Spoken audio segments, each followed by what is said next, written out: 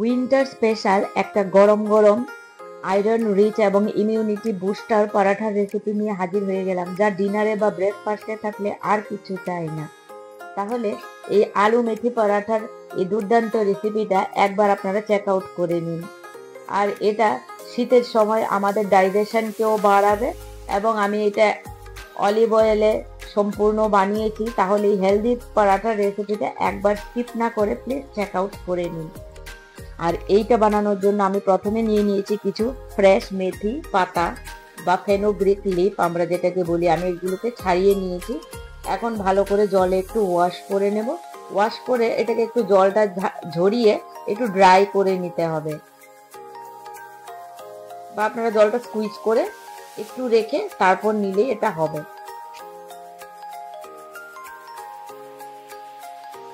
এখন এগুলোকে একটা ছুরির সাহায্যে আমরা ছোট ছোট করে একটু কুচিয়ে নেব ভালো করে। গোটা থাকলে ওগুলো পরাঠায় দেখতে ভালো লাগবে না, সেই জন্য আমরা এগুলোকে একটু কুচিয়ে নেব। বাস, আমার পাতাগুলো একদম রেডি হয়ে গেল। অন্যদিকে আমি একটা বাটি নিয়ে নিচ্ছি, তাতে নেব 2 কাপ মতো আটা। হ্যাঁ, সম্পূর্ণ আটায় আমি এই পরাঠাগুলো বানাবো। এখন তাতে দেব স্বাদ মতো নুন, তারপর দেব একটু হলুদ গুঁড়ো, আর দিচ্ছি কাশ্মীরি রেড চিলি পাউডার বা নর্মাল রেড চিলি পাউডারও আপনারা তাতে ইউজ করতে পারেন। তারপর আমরা মেথি পাতাগুলো কুচিয়ে রেখেছি ওগুলো দিয়ে দেবো, দিয়ে একটু মিক্স করে নেব ভালো করে আটাটার সঙ্গে। আর দিচ্ছি হজমের জন্য জোয়ান বা আজওয়াইন, এটা একটু হাত দিয়ে একটু ক্রাশ করে আমরা এইভাবে দিয়ে দেবো। মেথি পাতাগুলো দেওয়ার পর আটাটার সঙ্গে ভালো করে একটু মিশিয়ে নেব।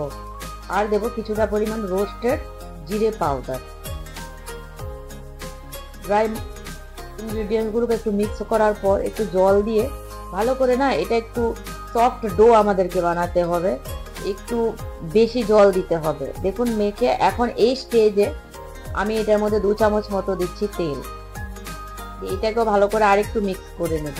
মিক্স করে এটাকে একটা ড্যাম্প ক্লথ বা টিস্যু দিয়ে এইভাবে আপনারা এটাকে 30 মিনিট 15 মিনিট যতটা সময় একটু ঢেকে ভালো করে রেখে দেবেন। তাহলে আটাটা অনেকটা সফট হয়ে যাবে এবং ময়দার মতো এটাতে একটু ভাব চলে আসবে, তাও যাতে পরোটাটা আমাদের বানাতে সুবিধা হবে।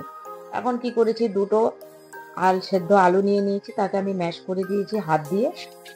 আর তাতে দেব পেঁয়াজ কুচি, ধনেপাতা কুচি, লঙ্কা কুচি, একটু আদা গ্রেট করে দিয়ে দিচ্ছি। আর যেরকম আমি একটা ড্রাই রোস্টেড মশলা এটার জন্য বানিয়ে নিচ্ছি।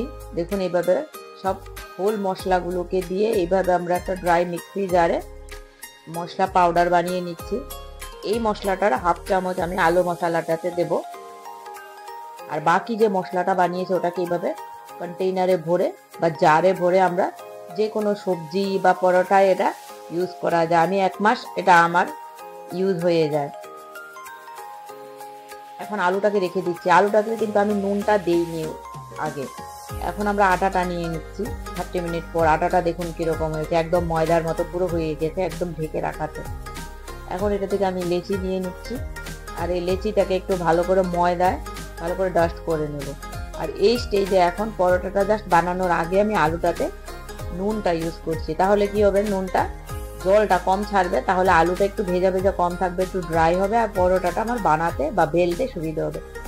এখন লেচিটার মধ্যে আমি ভালো করে ময়দা লাগিয়ে নিচ্ছি, দিয়ে একটা পাতলা রুটি সাইজের বা রুটির মতো ঠিক করে আমরা একটা পরোটা মতো বেলবো বা বলবো একটা রুটি বানিয়ে নেব। বানানোর পরে এটাতে আমি আলুর মশলাটা এইভাবে নিয়ে নিচ্ছি। এটা দিয়ে এইভাবে দেখুন ফোল্ড করে নেবো ভালো করে। এভাবে ফোল্ড করে এটাকে একটা স্কোয়ার শেপে পরোটা বানিয়ে নেবো। আপনারা যে কোনো সাইজের বানাতে পারেন, বাট আমি এইভাবে বানাচ্ছি। তার উপর একটু আটা ডাস্ট করে দিয়েছি। এবার আমরা এই জায়গায় স্কোয়ার শেপে বেলে নেব। বাস, আমার বেলা হয়ে গেল দেখুন।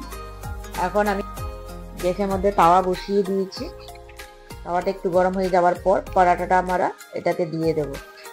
এক সাইড ভেজে নেওয়ার পর তারপর দেখুন এটাকে এভাবে উল্টে দিচ্ছি। এখন 1 চামচ করে আমি উপর থেকে অলিভ অয়েল ইউজ করেছি তাতে। আর আপনারা চাইলে বাটার বা ঘি ওটাতে লাগাতেই পারেন। বাস, এটা লাগানোর পর আরেকটা সাইডে এভাবে উল্টে এই সাইডেও একটু লাগিয়ে নেব। কিছুক্ষণ গোল্ডেন ব্রাউন হওয়া অবধি ভেজে বাস আমাদের দুর্দান্ত ক্রিস্পি উইন্টার স্পেশাল পরোটা একদম রেডি। তাহলে eat healthy, stay healthy. Take care and bye bye. আর দেখা হচ্ছে একটা নতুন রেসিপি নিয়ে।